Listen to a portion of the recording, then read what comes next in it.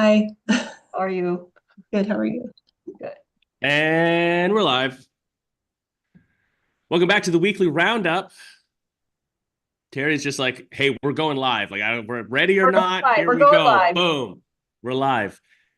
I want to start us off. Let's get into the ether. If you haven't been paying attention to the news, good for you. Don't, because the news is fucking terrible.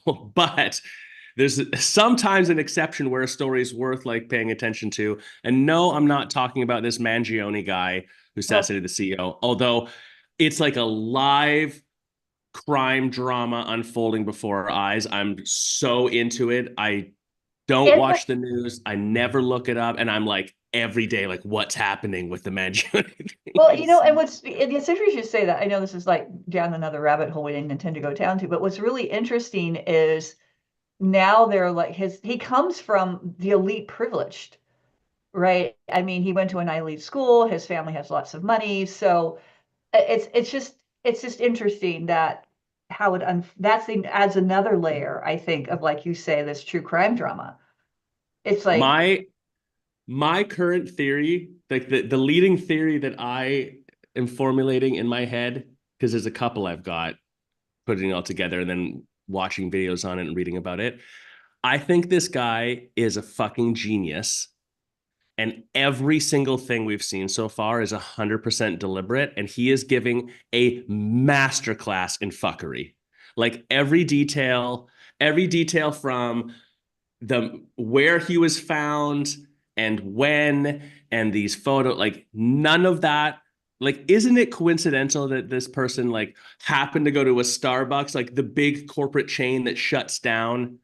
Like he's not just attacking the healthcare, he's attacking like all corporatocracy. That's what I well, think's I actually guess, happening. if you think about it, he was found in a McDonald's, and I read an interesting article about McDonald's in our society and the role they play in our society, and that the Yeah. McDonald's was getting like Google actually was taking down reviews because people say you shouldn't have turned him in, and they're likening him to a modern day Robin Hood, except of note in the myth of Robin Hood, he never killed anybody.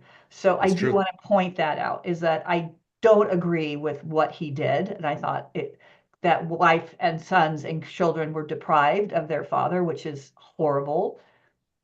So I just want to make that note in Yeah. all of this. Absolutely. I don't even think like 100%. And it's still the dark side of the internet is touting the fact that he did that in a positive light, and I don't agree Yes. with that. But Yes. some of their points are fascinating because it demonstrates a social societal issue of frustration. Because if right now people are going on TikTok and making videos, which TikTok's about to get banned, so that's fascinating too, isn't Well, it? it But might like, not. It may not.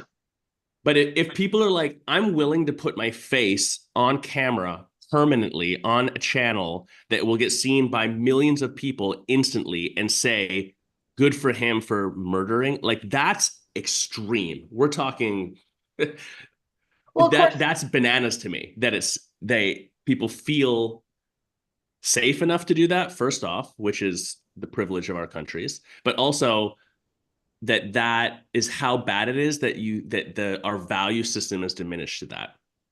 Well, then, so then also, if you look at, we may not, TikTok might not be banned because the whole fucking government's about to be shut down thanks to President Mumps.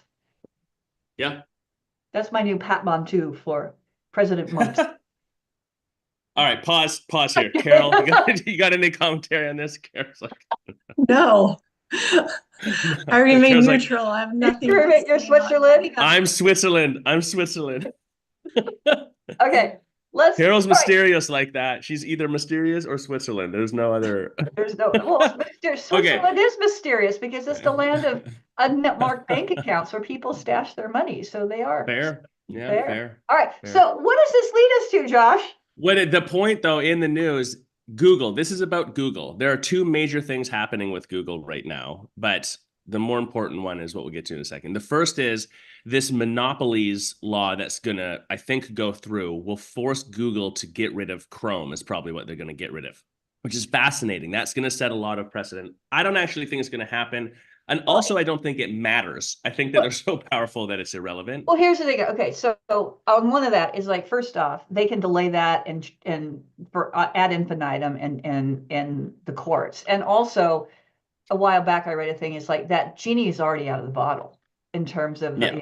and the Google dominance in search engine. Yeah, they got that lawsuit they lost and they were fine, but it's like there's no that genie's is long out of the bottle. So It's too little, too late. more I agree. symbolic.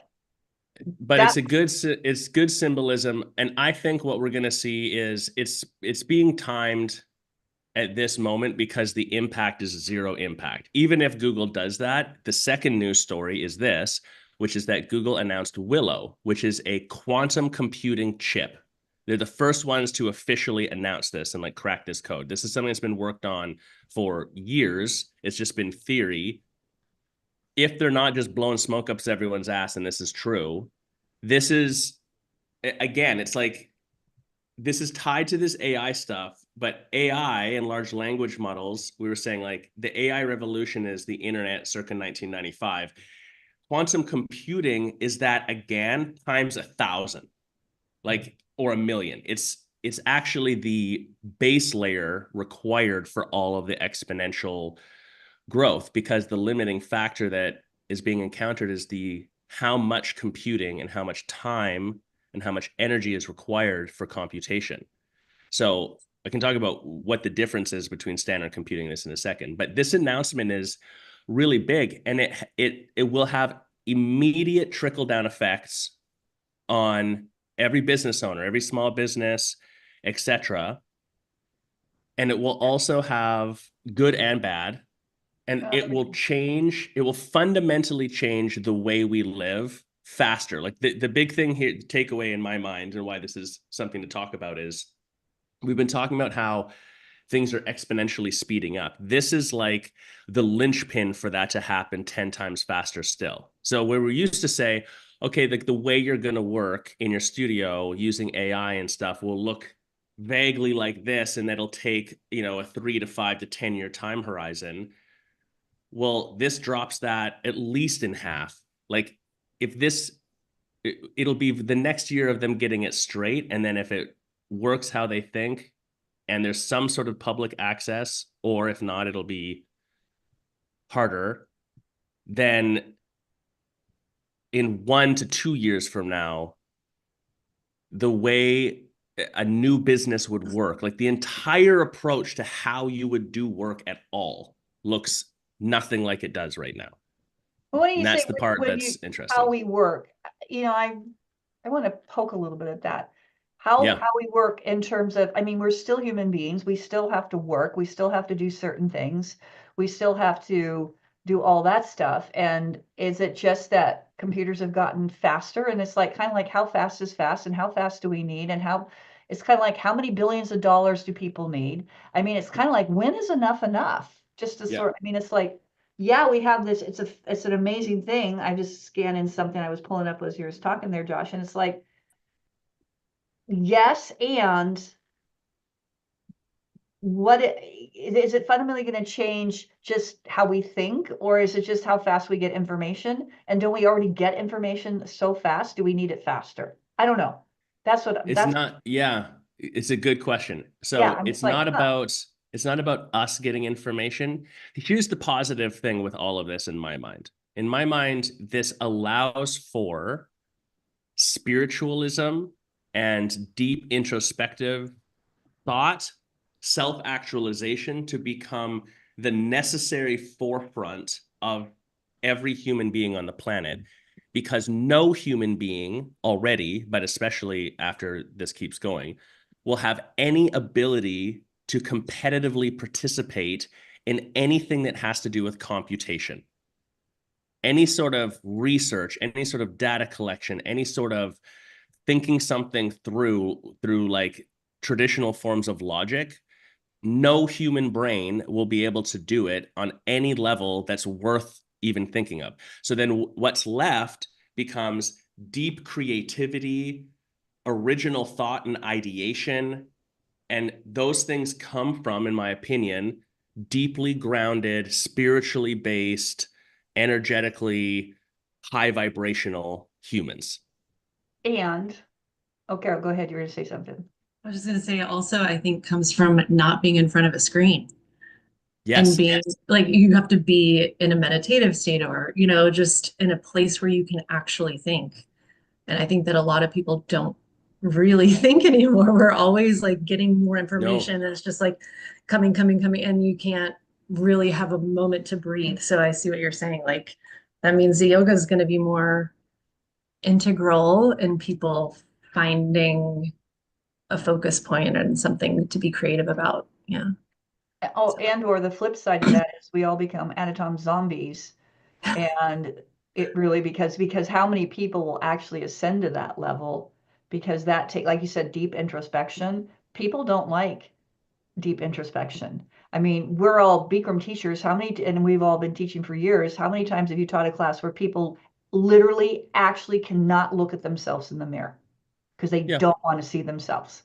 So it's like, it's on the one hand, yeah, it's a great breakthrough and all that. And on the other hand, it says, how, I want to talk to I you. think I don't know, Terry. I would challenge the thought slightly. I believe at the core of all human beings, they do like this stuff. But we've masked on top of masked on top of masked so deeply for so long that in one moment in time, we cannot like it and therefore resist it. And it's why it's the perfect concept of proof that like you can't force someone to change. Like as a No, yoga teacher and a yoga studio owner, if there's one thing you learn immediately, it's like you can't fucking make your students do anything. So that's not no, even a conversation. can't make What you anybody do can, anything. right, you can't make anyone do anything. What you can do is offer up an opportunity and do the work towards helping and et cetera, et Right. cetera. But they have to then take it. So, The okay, first, see, the first step here's of the change, difference. the first step of change is acknowledging that a change needs to be made. Yeah, Acknowledgement that something's broken or something's not working, and awareness. Yeah, awareness that a change needs to happen. yeah. That's the very first step in any change management. You have to at least be aware that a change needs to happen. So if you're not even aware of a change needing to happen, everything else you do is worthless, is waste of time.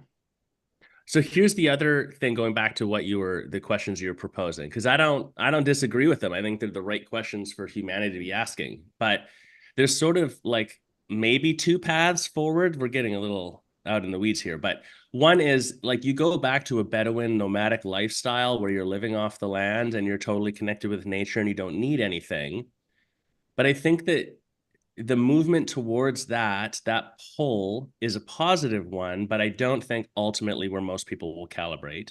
I think it will be a component of what people calibrate towards because it'll be necessary for a more grounded version of people. But the other side of that coin is the hyper scientific is the wrong word, hyper technology. If you look at the yugas, or if you go through like ancient Egypt eras that people move through, we've left Kali Yuga and we're in Dwapar Yuga, depending on who you ask. So the simpler way to say it is the Iron Age to the Bronze Age, and the next is the Silver Age. The Silver Age is a moment of extreme technological advancement. Mm-hmm. And so the misinterpretation that this might be representing is that we have dissociated technology from spirituality, from energy, from the universe. Like we look at these, like there's these scientific laws and rules and technological stuff, and then there's this human stuff. We're not going to become cyborgs, but these aren't separate things because they both have to exist within the realities that we have created. Yes, 100%. And asterisks, we still need to be careful because if you go back to the Industrial Revolution, is that when new things come out, we're not aware of the impact of some things. We're in a rush towards doing something that's new, bright, and shiny and provides Yeah. this and this.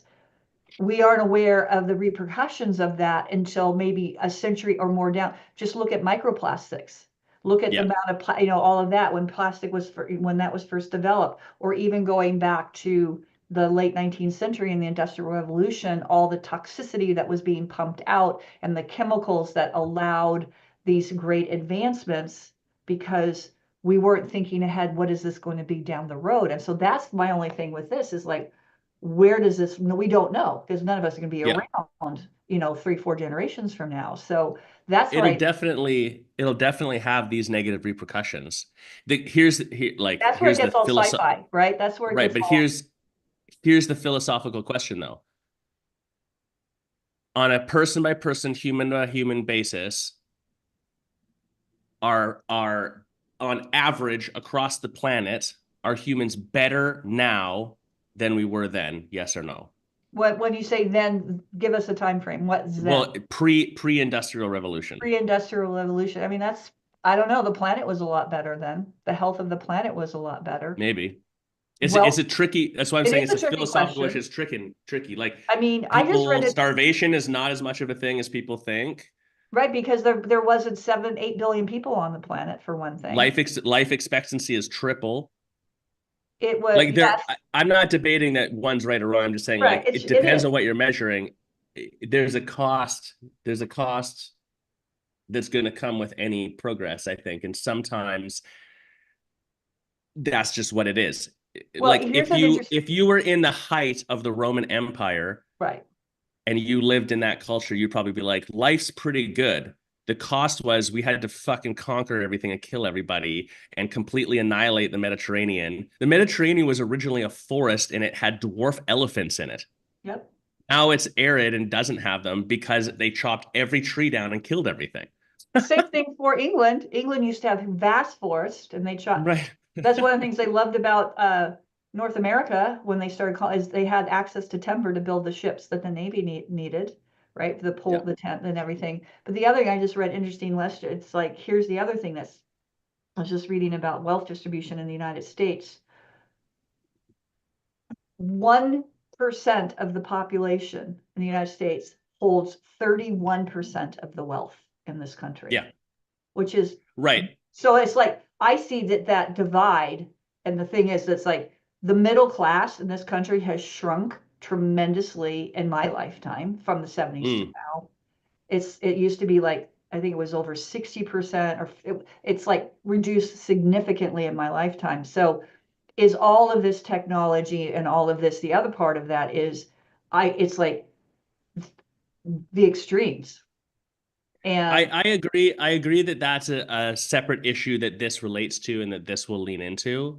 All I would say though is the utopian viewpoint, it would be that the minimum bar is raised high enough that if someone else had like you said, what's enough money? If some other dude has whatever's after $1 trillion or whatever, as long as he doesn't fuck with me, which I know is not what's happening right now, I'm not making that debate, then who cares? Like, good for you. If we can have the medical, have the food, have the health, have the society that's, positive, like there's just so many things that are fundamental that this could potentially solve. Let's get to what it is. Does it still make more sense? a There's so many quadrillion. things that could a quadrillion, right? You have $1 quadrillion, good for you. Like you're probably still like if you're still an asshole, you're still an asshole. All your problems are inside yourself anyways. Who cares about that?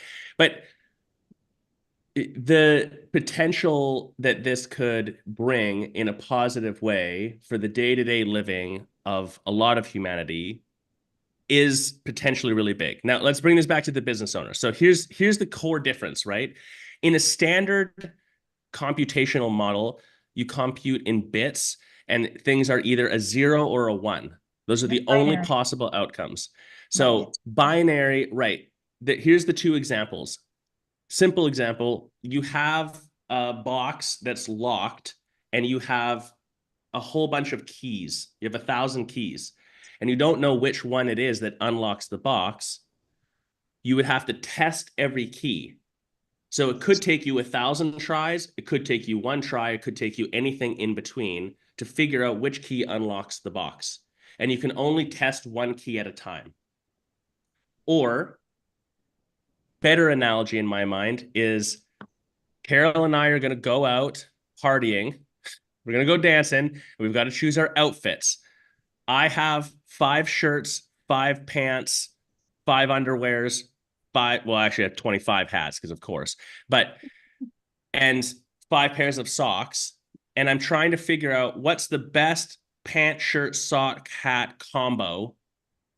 So I can test this shirt with those pants and then this shirt with those socks and then those shirts. So there's 5 to the 5th number of potential outfits that I would have to decide through. And I can only test one thing at a time, 0, 1. The quantum chip doesn't operate like that at all. It has this magic power of superposition, which means it can be 0, it can be 1, or it can be both at the same moment in time. This is where it's like it's a mind fuckery. So now the key analogy, you've got 1,000 keys. It literally tests all 1,000 keys at the same time. So it's not, when we're talking about massive calculation, it's not just faster. It's like not in the same realm of reality faster. It's like the difference between something just literally instantaneously happening versus it taking years of time. In other words, if they'd had that when they were trying to decode Enigma, they could have ended the war in like 2 days. They could have cracked the Enigma 30, code like 32 seconds. It would have Right. taken longer for the electricity to get in there. instead of the 2+ years it took. Yeah, exactly. That's actually one of the risks, is that the security risk of this is like, how do we create locked out security when we can compute at that speed? Mm-hmm. So there's some interesting pros and cons to this. Yes. Yeah, and but also too is then it's like a whole new field. It's like the programming of it and things like that. So then people are going to have to like, what are the new emerging technology around that? What are the new emerging, I guess, jobs or positions that, is it going to be just the same thing? You fire up a laptop and you drive, or is there something, I don't know where I'm going with that. It's like, so you're just going to make us stupider? Well, I think that's actually the risk. It's like simultaneously stupider and smarter at the same time. It's a weird thought. We're It's like, we rely now on a level of memory and understanding and experiential learning. But generally speaking, everyone has to learn a wide variety of things outside of just survival skills. Yeah. That would cease to be necessary on any level. And instead, it would be the thing that you actually practically do that you become an expert in, and which that's is what the not cyborgs are going to necessarily come. negative. That's when the cyborgs are going to come conquer us and we cease to exist as human beings because they're the ones. I mean, this is all plots of sci-fi, but here's a good example. Okay, I'm old enough, maybe you guys are, because you guys, you're a millennial and you're Gen X. So maybe you, Carol, maybe not you, is I used to know a boatload of phone numbers off the top of my head. Yeah. Right? Not just home, but relatives, business, things like that. Yep. The other day I had to get my car serviced. They asked me, I was like, I couldn't even remember my fucking phone number. Hopefully it wasn't a moment of really, truly like, oh my gosh, is this the beginning of the end for my memory? But I had to, I did have that thought as well. I had to look on my phone for my own phone number. So that's Yeah. the thing that scares me a little bit about that, is that we're so reliant. I saw you shaking your head, Carol. It's like, I still remember the phone number growing up, but I couldn't remember my own damn phone number. I mean, Yeah. that's the other side. It's a good example of like, I can still remember 5 or 6 phone numbers from when I was a kid, but I don't know my buddy Carl's. Now I phone Carl 3 times a week. Like I have no fucking clue what his number is. I only know my number because it's attached to the business and I have to write it into a bunch of forms all the time. But Well, no, other you than don't even have that, to like, write it. You just have to click it. It fills it's it in for you. autofills. Exactly. Autofills for you. Yeah. Okay, so here's potential effects when we're talking about, like, let's take it down to earth. Brick and mortar small business is why I think this is a discussion. This leads to a behavior discussion, like part 2 of this in a second. But like, first off, way better tools and service providers. We're still talking about things like, if I'm going to switch from MindBody, can I make an email automatically go out to someone followed by a text message 3 days later? Like, that's going to be the fucking dumbest conversation ever comparatively in 4 years from now, if any of this computation is possible. Like, it's just, the tools that you can use as a business will be things we can barely dream of. The positive of this is it's going to completely unlock your ability as an owner to actually create a business, a high impact service to help humanity improve business based off your unique expertise, et cetera, et cetera. Like instantly and fast and hyper customization. We can have every touch point with Terry be how Terry wants it, and every touch point with Carol be how Carol wants it, and the nuance of how we even speak be different, and when, and a back and forth interaction, and a follow-up and education, and all of that happens. Carol thinks, man, Josh's entire business is completely customized for me to succeed at this. Okay. And you also think that. And if we were to look at what happens to both of you, they look nothing the same. Just off the top of my head, one example of better tools. That's a great example. However, some human in the business still needs to do something to get that to happen. It's not going to happen magically. Yep. So therefore, you're still going to have to know how to use it, because in your example that you just said, part of the reason is that people get these pieces of technology and they never learn how to use them. So you still have to, it's like bullshit in, bullshit out, right? You know, you still got to have input. I don't know, Terry. How does cell signal work? It's magic. I don't know. We I don't know. I know we it's don't need to science, understand. we don't need to understand how cell signals work, yes, but we need to understand how to use our phones. We need to understand how to do certain things. And all I'm saying is that there still needs to be a level of human interaction and input into these tools, or they're just like any other tool, they're useless. 100%. I wouldn't argue that at all. I think we're talking about the user interface, the UI up front. That's a key to all of this development that's happening. Is the computation ability is the core, is the baseline. So I'm saying it's going to take a couple of years, but then what happens is if someone can take that computation ability, feed it appropriate data, have a loop, and put a UI on top of it that makes it easy for anyone who doesn't know anything about anything to use it, changes your life. Like even right now, there's a couple other ways that this plays in. Even right now, because this came up in the group, someone was asking about AI and how to use it or whatever else, and someone had made the comment that ChatGPT doesn't have access to the internet, but actually it does. It has for a while. Maybe you need a paid level, but it's like whatever, $15 a month or something. But just that example of like a narrative from a year ago, the disadvantage of ChatGPT versus Gemini doesn't have access to the internet, like that's already changed and is not true. And it has 3 more models on top of since that time was.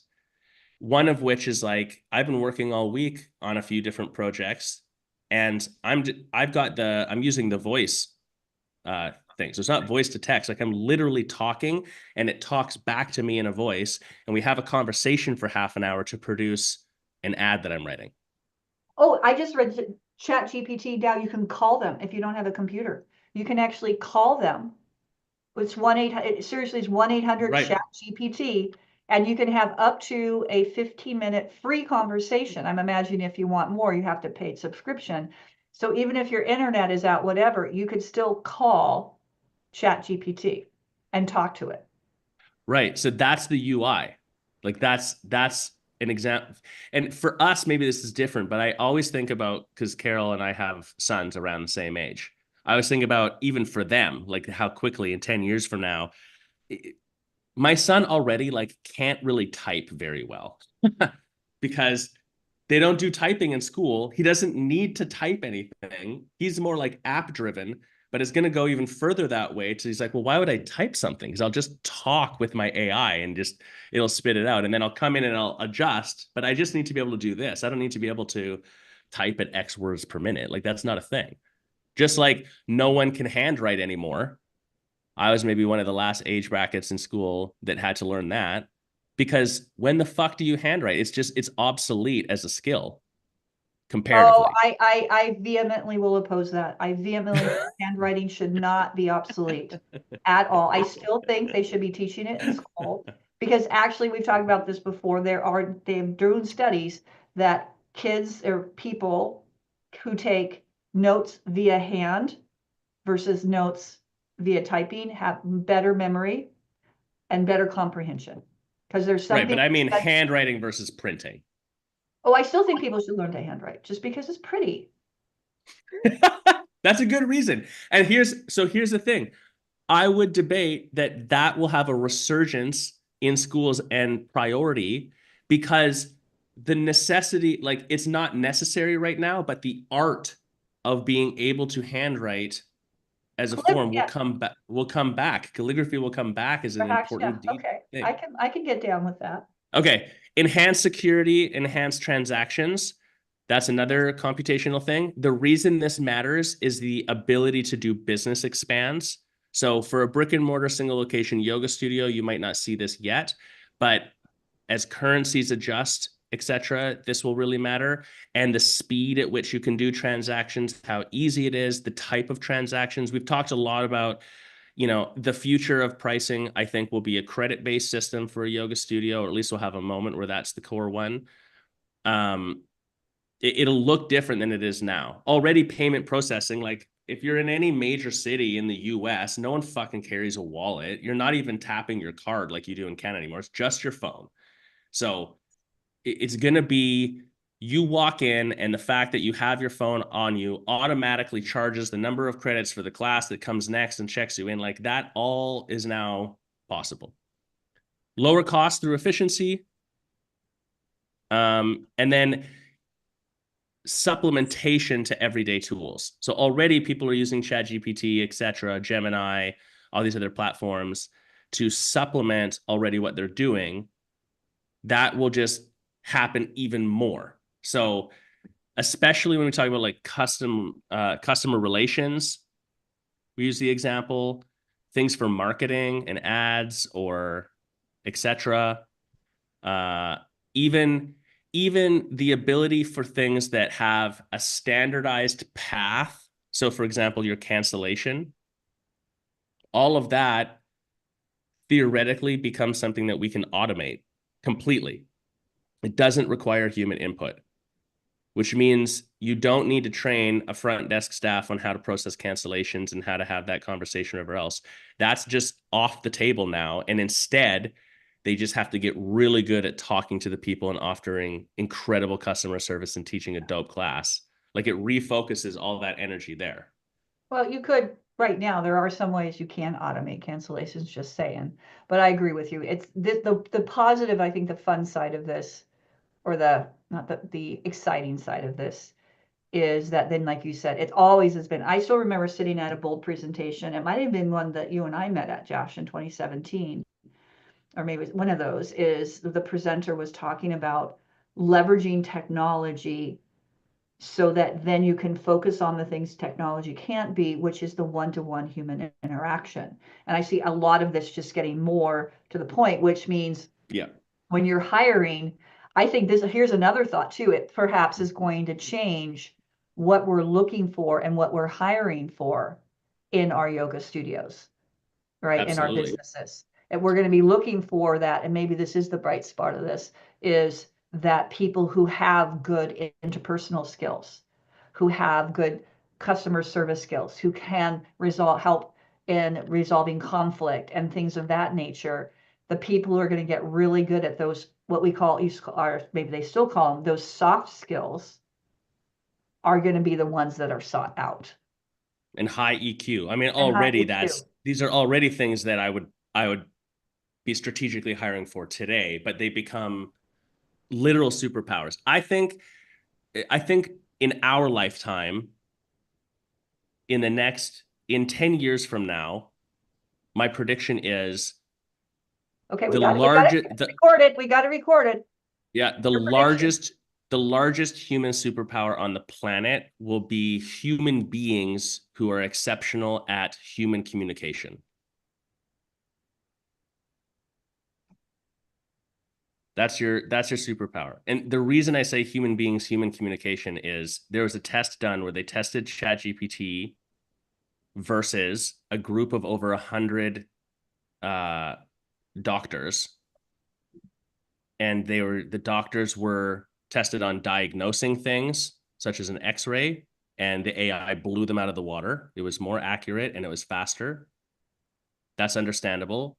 The surprise in the test was then they also got negative diagnoses having to deliver it to the patient. The doctors did it and the AI did it. And then they polled the patients on how they felt about how they received the information. And the AI also blew the fucking doctors out of the water in terms of better received, more empathetic, easy, totally understood what was said already. So it's not just about empathy. It's about communication as a skill of like, can you read the room? Can you like actually feel energetically what's happening with the other person? So the other things that require physicality, require awareness, require you being grounded, because so much of communication is not the words that are being said. The majority of it, in fact, Oh, yeah, that's where and why it becomes a superpower. I mean, it already is, but I think it'll be also people aren't training on it right now. That's what'll end up in schools. Well, I do know that in the last, I don't know however long, that in terms of like specifically for doctors, they've reintroduced in the curriculum for doctors is some of those like philosophy and like more leaning more towards the arts and humanities to help counteract all the scientific side. And those softer skills, you know, like, and if you ever watched House, remember the show? I mean, he Yeah. was, that's like he didn't care kind of thing. And, that his superpower was diagnostic, but in the real world, it's better if I don't know, just saying. Yeah. Right. We already see this as an issue that needs to be solved. All right. Here, culminating point. Let's move on to something else here. This is a big deal. These are the sorts of things. There's so much news that's so fucking insane. We're talking about aliens and fucking drones flying over places and Trump getting in, and in Canada it's the same thing. Oh my Canada's God. everything's fucking crashing. I mean, the 51st state, Josh? Exactly. The war in Ukraine, like just assassinations in Russia. It's a fucking shit show out there.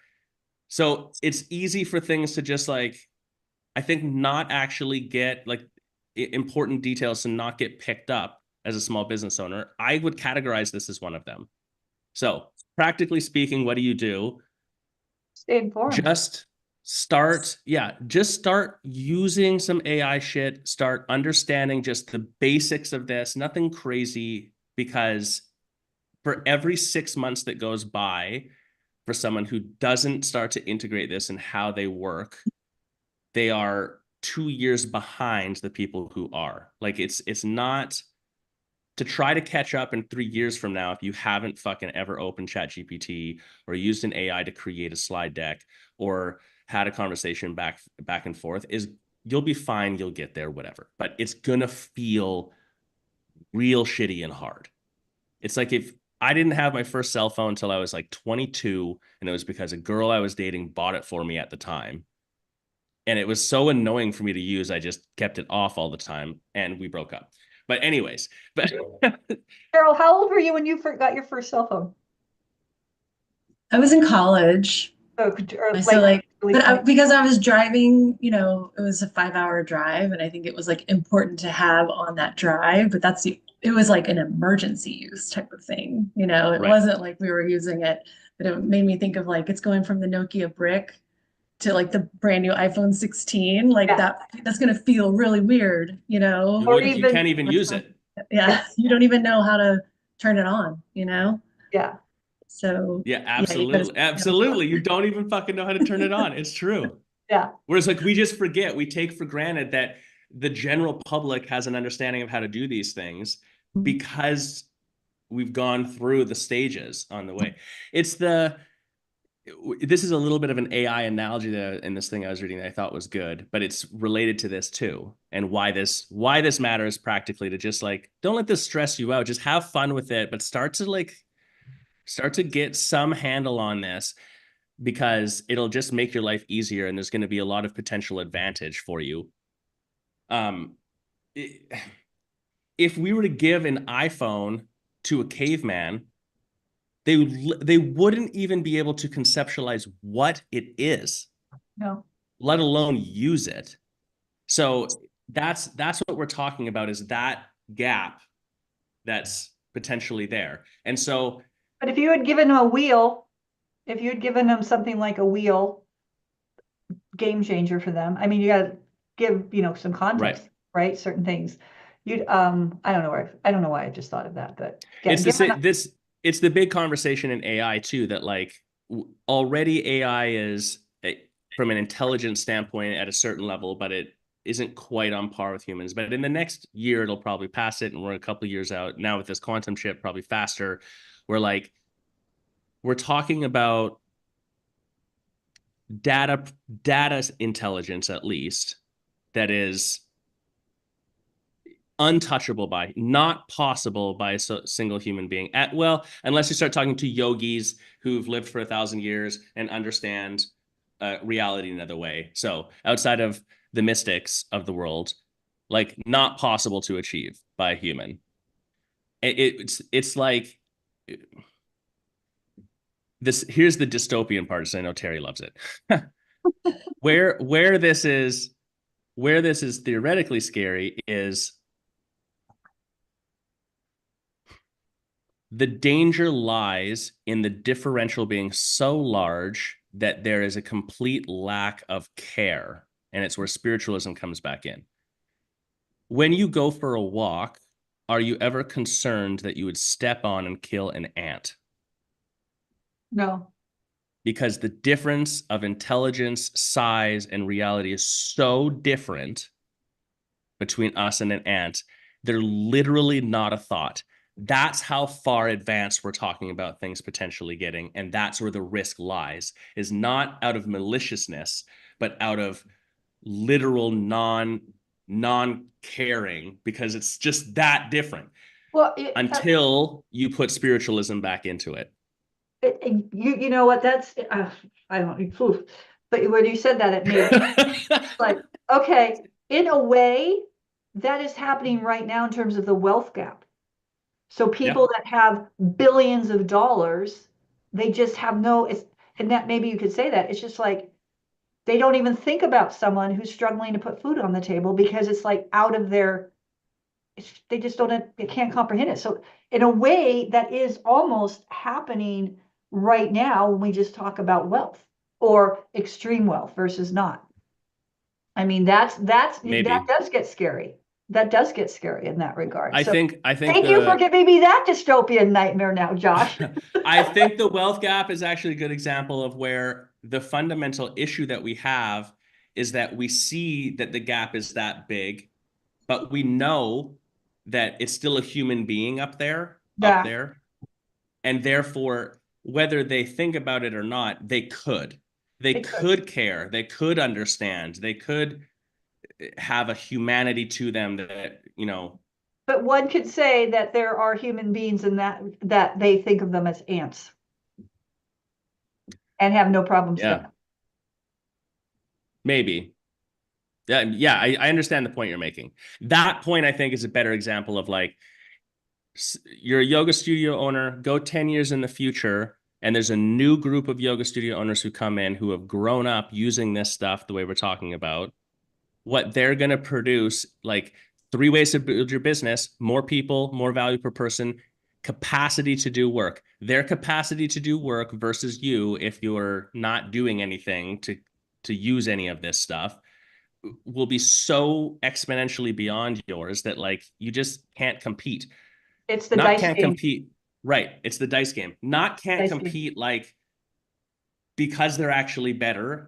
Can't compete because they're better funded. Not because they're working smarter than you. You're making better use of the 24 hours that are in the day. Yeah. Yeah.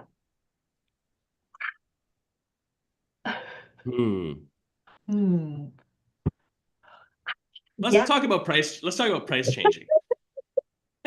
Something a little bit more down to earth. Okay. That we can all ever take a breath. Yeah. Okay. Vibration. Carol, we're coming into the new year. I want to update my prices. how do I communicate that to people? What's the nuance there? Well, I mean, we were talking about using Chat GPT, and I think with all this conversation in the back of my mind, I've also been thinking like I can tell when something's been written by Chat GPT and not Mm-hmm. really massaged or like given a human component to it. And so even with this quantum leap to something that's maybe is completely tailored to me, I'm not going to think that Josh's yoga studio did that. I'm going to think he's got the AI tool that makes me feel like this is Mm. really good for me. So I think going back to that's what's been going on in my brain. Like you all got to it, but like the human element is always going to be necessary, I think, for I don't know, better connection. I don't know. It's just there's something that the human element, like whenever the human element is not there. So going back to if you're going to do a price change and you need to communicate it, one thing is it should probably just go to the people that it affects, only those people. Is it necessary you don't necessarily need to blast it to everybody. Or Um, should you? Terry had an Okay. email go out to herself, and she was like, "I don't even need this email." Yes. What prompted this whole thing is I got an email from a studio that I have not been to for 5 or 6 years. I got the email when they upgraded their software. So now all of a sudden I'm back on their email list, even though I unsubscribed years ago. And then I randomly got, no, well, not randomly, because obviously they got an email that was obviously supposed to go to members because they were having it was a specific price increase on their membership. Well, idiots, I'm not even a member. So why did I even get? So my first thought was, well, this is stupid because I'm not even a member of this studio. Never have been for that matter. Was anyway. And then I read it, and they could have used a little Chat GPT love on that thing because it was the worst email I'd ever received or seen about a price increase because it was Mm. all scarcity driven. It's like, oh, prices have gone up and this and that. It's like, it was all about, oh, poor us, poor us, poor us. We have to do this because, and yeah, all of those are valid reasons, but there's a better way to say that. And you guys can, I feel that first off, you don't have to you don't need to announce a price increase except to the people that it affects on a membership, in my opinion. You don't need to tell people when your drop-in's going up. You don't need to tell people when your class cards are going up even. Just raise the price. And the next time they are up, the price is different. So really, the only time, in my opinion, you need to announce a pricing or make people aware is if they're on a membership and their auto renewing membership is going up, whether it's monthly, a weekly, auto 5 or whatever. And even then, just keep it simple. Effective with your next payment, your price is going up to X. And as a reminder, here's all the values of your membership. We thank you so much. But and then or if you could, if you're taking a significant increase because you haven't raised your membership price in 5 years, because I had that happen with one of my clients earlier this year, maybe you throw in an added bonus, an added perk that can help maybe soften the sting, which made me think about it because I was prepping for this morning, is could you not, because then technically, if depending on how your membership agreement is worded, if your price goes up, then they agree to one price. Now they got to agree to another price, which means they need to re-acknowledge their membership agreement. Technically, I guess maybe our good friend Corey could answer this question, is could you have language in your membership agreement that says we reserve the right to increase our prices? Yeah. And then I would that I would way, put that in I would put that in every membership agreement. Like if you're starting a studio today or the next time you update it, that must be in there. yeah, and then just if you raise your prices, you don't need to say anything to anybody. Yeah. And here's the other, Usually I think you do have to notify people. oh, like with 30-day, oh yes, you can notify. The other thing is, I also thought about this as well, is that when someone's on a membership, it's like, what if we automatically took a price increase every 12, like if it's a year, every 12 months, it automatically goes up, regardless of when the time period is. Like if I sign up in January let's say I signed up in September, I'm automatically going to get an increase if I'm in. And we also know most average months on membership is 4 to 6, so it's probably not even going to impact it. Is that then automatically in September, my price goes up $5 or whatever it is. And you can stipulate as cost of living or whatever in the membership agreement. And then you don't need to worry about it. Carol. It's bringing up, I had a call very recently with a newer client, and she was saying how the last time she did a price improvement, Optimize for she pricing. optimized it. She has some legacy clients who are, 89, 99. And she basically put a link into an email that was like, so prices are increasing. So if you'd be so kind as to go ahead and sign up for this new price. Like she didn't do it. She asked politely, and only a handful of people actually did. So I was like, yeah, that's not going to work most of the time to do it that way. Um, but yeah, I Unless know you're we, like, if they don't do anything, I'm going to leave them alone. And you just see who opts in. yeah, But yeah. that's a Well, little, that's what she did. It didn't really result in the number of changes that she wanted. But I know in the past, we've also, when there are bigger leaps, where there are people on like a legacy where it's 20, 30, $40 difference, we've done an email that's like, go ahead and buy out 3 or 6 months. This is the price change. I'm giving you the opportunity to buy 3 months at that current price until your new price happens. So that's one way to do it. Um, and going back to ChatGPT, I think it's always a good place to start. But again, just making sure you have that human element in it and not, yeah. I think, make sure it's not a doomsday, like just a scarcity, tone, like Terry was saying. Yeah.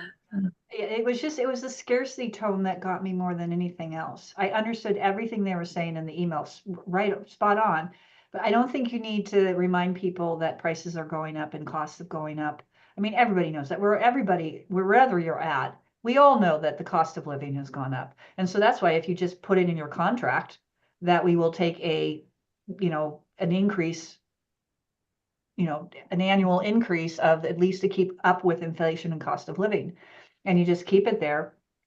And then you don't have to worry about it. You don't have to do these big adjustments. And if you just take it, we did have a client where they did that.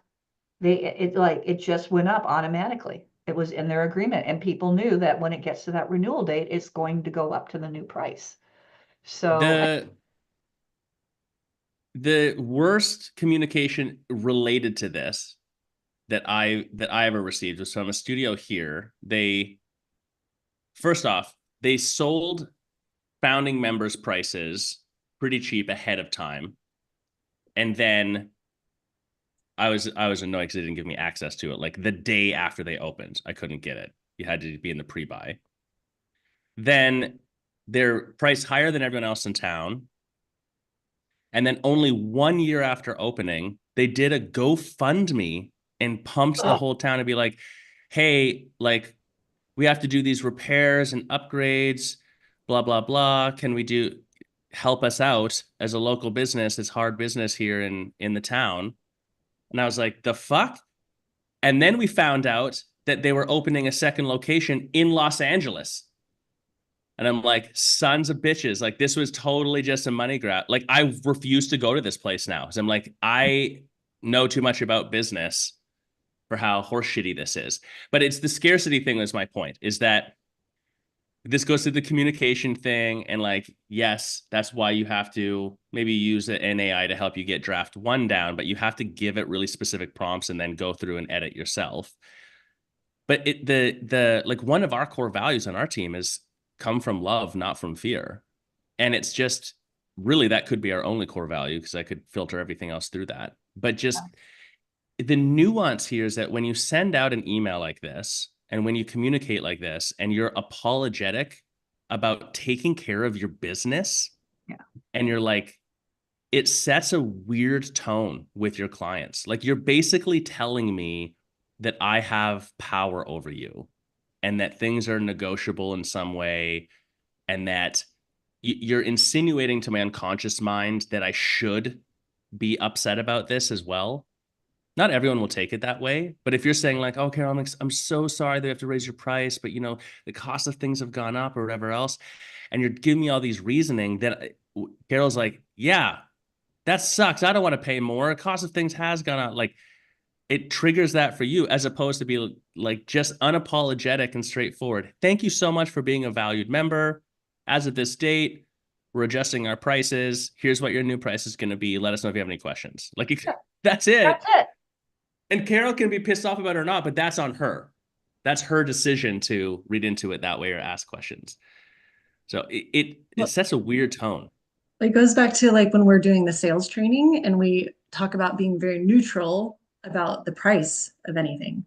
So Mm-hmm. that is sort of translates to if you're doing an increase too, like staying very neutral. I get price increase about my cell phone bill, like I don't know, feels like all the time. And AT&T is like, guess what? It's going up more. Tricked you. They don't, yeah, they don't like they're not apologetic at all. So Yeah. I'm yeah. actually on a legacy T-Mobile plan with tax. It's $27.43 a month. However, I know. However, No it wonder does, I can't call you though. It never goes through. Your fucking T-Mobile however, thing's like, it no, doesn't no, no, work. that's too far away. It doesn't work outside the United States unless I'm on Wi-Fi. And I am limited to the amount of data. Um, However, you know what? Right now it works, except when I'm in Mexico. Here's Oh the my, other here's the related mind fuck is like, okay, you're paying 26 versus, I don't know, let's say someone's paying $100. You'll get the identical in the United States or Canada. Canada's really expensive. Cell phones are fucking insane expensive there. So like Mara's paying 100, 120, $130 a month for her cell phone plan. If she comes here, I go and buy her the SIM card, change it, put it in, and run it, and it costs $30. It's exactly the same plan. Like everything's the same. Like where are those extra expenses? Like it's not cost of doing business to send things through fucking cell phone towers can't be that much higher there versus here. Yeah, pricing is weird that way. Anyways, the tone part, you're right. It's so just unapologetic. yeah. The neutrality, I'll even here's the positive side that goes even further, Carol, to what you're saying. And because I know that we talk about this a lot in sales training with teams. If you're overly enthusiastic about how good of a deal it is, people become skeptical. They don't believe it. If you're all like cringy, like it's too much, and you're apologetic, then people think they have leverage and they feel that too, and then they will push back on it.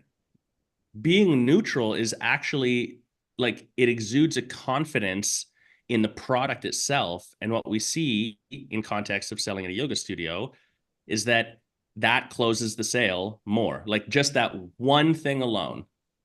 If you can just be like, this is the price, or people are like, oh, well, how do I cancel? Oh, well, instead of just being like, yeah, you sent me an email 7 days before, like totally nonchalant, completely Or you neutral. self-cancel on our app or our website. Yeah, you just go to the website anytime, fill out a form. Oh, okay. Like your relaxed nature, your neutrality allows them to not hyper focus on that thing as well.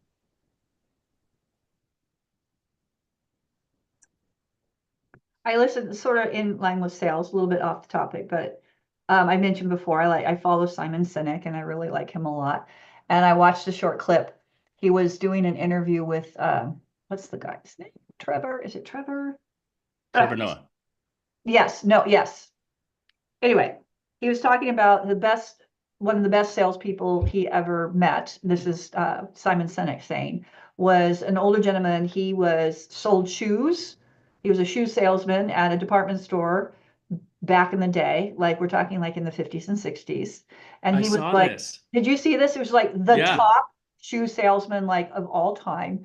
And so he said his secret was, and he worked in the women's shoe department. His secret was that he always only brought, if a woman was asking for a pair of shoes, you have this in my size, he always would bring that and something comparable. He never would be three. He would only bring two. There's And they always two rule. Yeah. always the rule of two. He'd bring two, and they was like, oh, and he would say, well, which one do you want me to take away? Well, I want, and then he'd go get another one and he always was like, if he said he found that if he brought 3 out at the time, he didn't close the sale as readily as when he bought 2. And it's the rule of 2. And I Yeah. just was like, fascinating. And I have to say, one time I bought too many pairs of shoes at Nordstrom's, and I was have severe buyer's remorse. And when I shop for shoes at Nordstrom, we're not talking, pay less shoes. We're talking, this is back in the 90s and early aughts. So even back then, so we're talking fairly expensive, like Ferragamos and all of those brands I used to love. Oh my God. Anyway, so I was like, huge buyer's remorse. I really don't need these shoes. I have a pair that's almost identical, but these had tassels and these didn't. And I'm like, so I took them back. And the sales guy was there. Not only did I keep those damn pair of shoes, I bought 2 more pair. And all of a sudden, I'm walking out of Nordstrom's like an hour later, and I'm like, I just spent another $300. How the hell did that happen? How did Never, that happen? you can never buy too many shoes. I I, know. I mean, I feel excited for you. I know. I That do. sounds I like a used to have stellar day. back in my corporate days, I had an awesome wardrobe. I really, really did. I had such a great wardrobe back in and I do miss that sometimes. I relate to this too, just so we're sitting, not with shoes though. But with hats. With not even. I buy one hat at a time. It's always very specific. Like basically I go in and I look for exactly what I'm looking for. They either have it or they don't. There's no in between. But uh it's with fishing lures. I had to pull you away from that table and tell you to that Because slipper. right, and also you lose them, right? Like when you go fishing, and like you spend $30 on a lure, you go on your first day and you lose it, which is really frustrating. But then so you always have this sense of like a little of scarcity. Like I have a tackle box full of lures. I don't need to buy new lures, but if I see them, I'm like, oh, but I might lose one. So if I didn't have this one and I lost it, so I always go in. I'm like, I just need to buy this one thing. Never, always 10 other fucking. So yours not shoes, it's lures. It's fish lures. Yeah, when we were selling, Lita, were you there, Carol, when we were walking back from something? And there was a guy on the street, an old guy on the street selling, and Josh was stopping. I'm like, Josh, we don't have time for this. And I know the guy was looking, he was giving me he would give me the evil eye because He's like, come on, lady. Let him shop. let him shop. So tone, don't come from scarcity. I think Don't apologize. don't apologize. So there's some nuances to how you write something like this.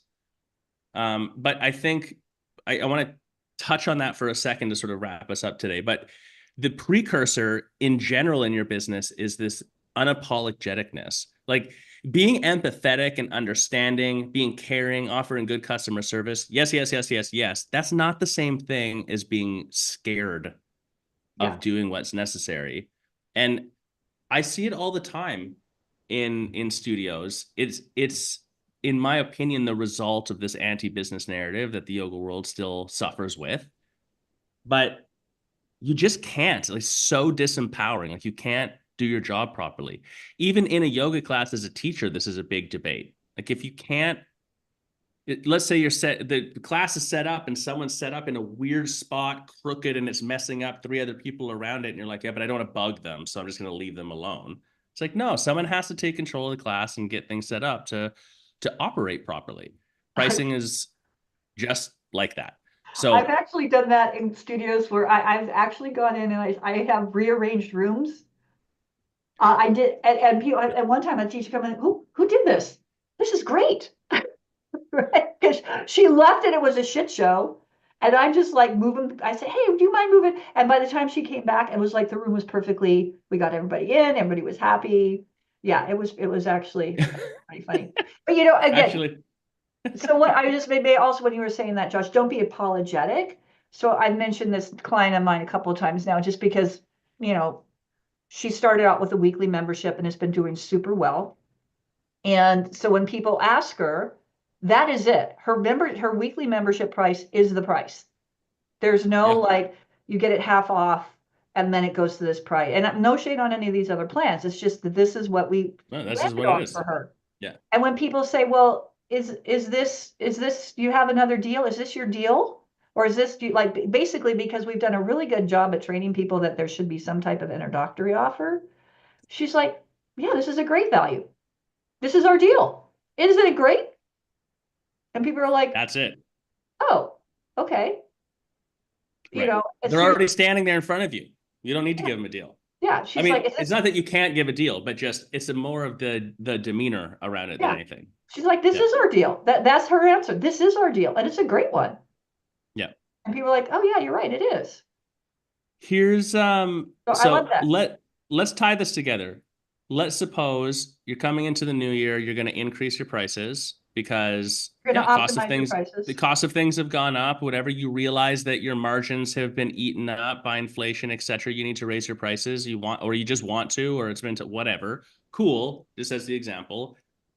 When you're going to craft the message, we've got some templates if you're on coaching that you can access, but I would now take the template and I would run it into an AI to customize it for the studio. So then the question is, what are the other things in the prompt so you get a better first draft? Then I would do what Carol's saying. I would take the first draft out and edit it myself to make it be what I want. So literally, the first key is to give it the template or to give it a structure, or first do a different task of coming up with a structure. Here's what I want to do. I want to come up with a structure, step 1, 2, 3, 4, 5, of how I'm going to formulate this email, or it needs to abide by these rules. So you give it the parameters of what can happen for the end result. A template can also do that. Then tell it exactly what we just said. The end, like the tone of this email should be friendly but unapologetic. Stay professional. Don't use any jargon. Like, give it those parameters. The test question when this is done should be that it paints the picture of in a positive light of this price increase, and we could say is coming from a place of love and abundance and not from fear and scarcity. Like, you could literally put that in there and you'll get a different response. And then the other then that we've talked about before, and it bears repeating, is asking it, saying, when you put all those prompts in, saying, then ask me 5 questions to help with even more clarity to context. And then boom, it'll say, you know, and based on maybe what Josh said, you get in a lot more detail there. But even then, if you just say 3, 4, it could be 3, 5, whatever number, it says, ask me questions to clarify, to help craft the response. And Yep. then the questions come back. I just did this with a client who had, we talked a little bit about this, I think last week, about workshop description. And it was just like boring. It was, you know, it's like every other workshop description you read out there. So, and I asked the owner, I said, well, what's this about? And she was like, and I said, the fact that you can't tell me right in 10, with, if it wasn't on the tip of your tongue, then why would someone want to sign up for this? Yeah. So I took it, I put the description they had into ChatGPT, and I said, rewrite this description to make it more powerful, to problem solution, right? And ask me 5 questions to help clarify the details.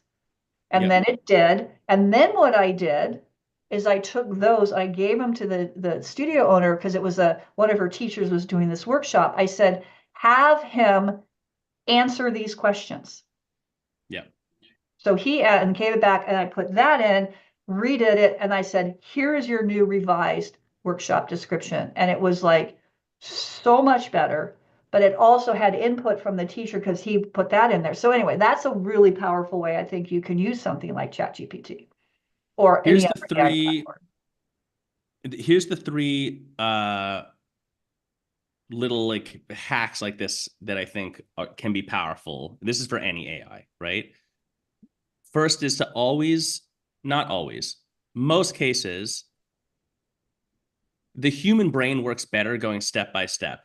If you're writing an email, what are the steps? Well, first define the structure of the email. So that's one step. Then I need to define like the formatting of the email. Then I need to figure out like what tone do I want. Then I need to know what information do I want. Then I need to write just the subject line.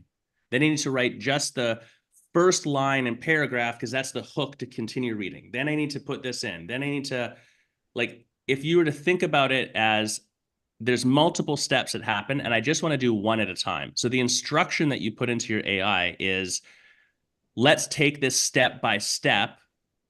Here's the first step, and just perfect that one thing. They seem to do better working that way, which is not surprising as a large language model, because that's also how humans work better. So to me, that's one thing. It's slower because it's way easier to be like, write me this email, and it'll give you something that's fine to start. But if you want to get a really good output, that process can be helpful. So step by step, if appropriate, and it's not always appropriate, you would give it the instruction, make sure you check online for the most up-to-date resources about XYZ before responding. Because a lot of the data that large language models are trained on isn't the most up-to-date. But because they have access to the internet, they can go look and figure that out. And then the final one is the questions hack that Terry's talking about. Before you begin, make sure you ask me questions that I can respond to so that you are 95% sure you can successfully complete this task. If it's me, and especially if we're doing something more complex, or if we're doing the voice back and forth with ChatGPT, for example, then I rephrase that to say, interview me. Interview me by asking me one question at a time so that XYZ. And when you feel like you are at the point that you're 95% sure we can knock this thing out of the park, then tell me and we'll move forward. Because it's really easy. Like, then it asks me one question. I just respond, says, this is what I understand. I'm like, no, it actually means this. Okay, that's clear. Next question. So you break it down into more bite-sized pieces of the process.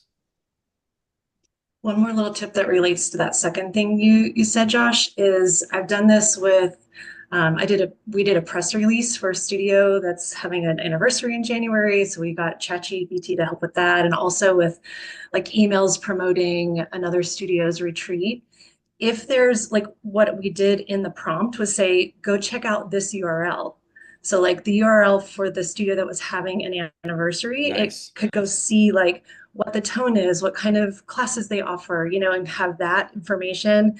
And the same thing with the retreat. It's like, here's the URL, the retreat landing page with all the information about that. Go check that. And so it actually knew details about the retreat, so it could put that into the email. So that's another way to use That's a it too. great hack, Carol. Stealth. There 100%. she is. Stealth, Yeah. Carol. Yeah, you give it the thing to learn from, right? As Mhm. well. I love that. A little bit of a tangent, but related, is you can give it your website and be like, okay, go through, this website, go through all pages, and then come back and tell me what is the brand tone, style, and feel based off of how, like, it's interesting because it'll be like, oh, your tone is like this. And you're like, that's not what I want it to be. Like, it's a good audit that's pretty fast to give you an idea. Yeah. And then you could go through and be like, on this page, I actually want it to be this tone. Like, how do we update Yeah. it? Yeah. Yeah. We did that also with somebody that hadn't really defined their core values, but they had a lot of good information on their website. So it's like, go look at this website and tell me what you think their 5 core values are. And Yeah. it's an interesting exercise, and it's pretty cool what it turns out. Yeah, So it's bananas what it can pump out. yeah. I was thinking about, we have the second part of the core values workshop. It's going to be coming up soon with Sherry. The first one was dope. It was really good. Like, core values is one of these things we all talk about. Everyone knows it's good, but Sherry just has a good demeanor and way of going about it. That's a good process. What she walked us through, and sorry, Sherry, if you watch this, like, here's what'll happen next is that workshop is an example of, we could take it ourselves, Sherry too. You would train a custom GPT to do what the workshop does. So then, rather than sitting through or going through a workshop, you would go into a custom GPT and be like, okay, take me through the process of discovering my core values. The reason I'm bringing that up is like, that's where things get interesting again with quantum computing and stuff, that just for like much larger subjects than what are my core values. As long as you can feed it the data, it can compute it.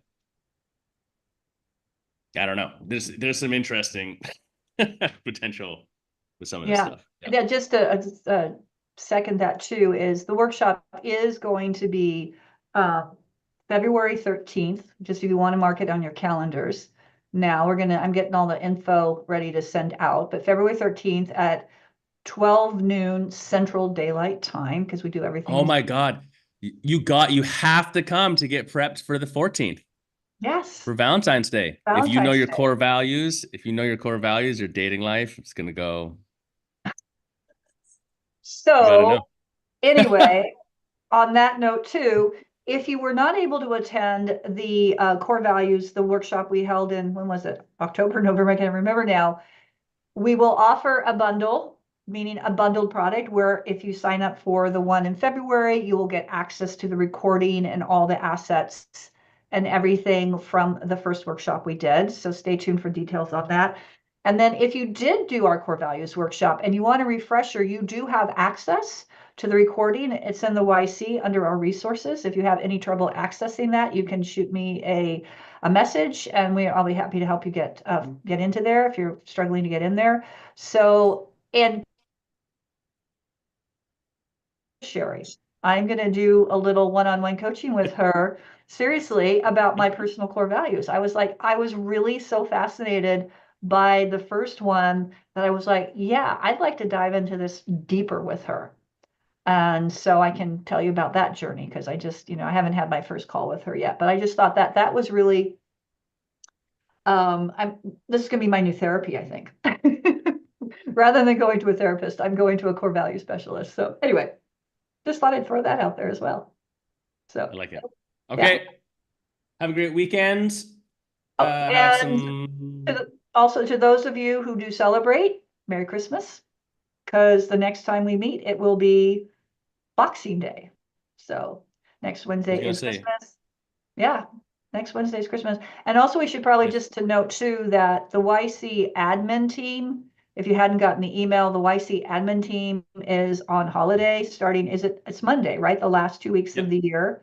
So coaches are in and out based on their availability, but anything admin related, just know that the team is off through the end of the year and won't get back to you till into the new year. So just make that note as well. But the coaches will still be monitoring like chats and things like that. Awesome. Go do some yoga. Or do some yoga. Raise your prices. Raise your prices.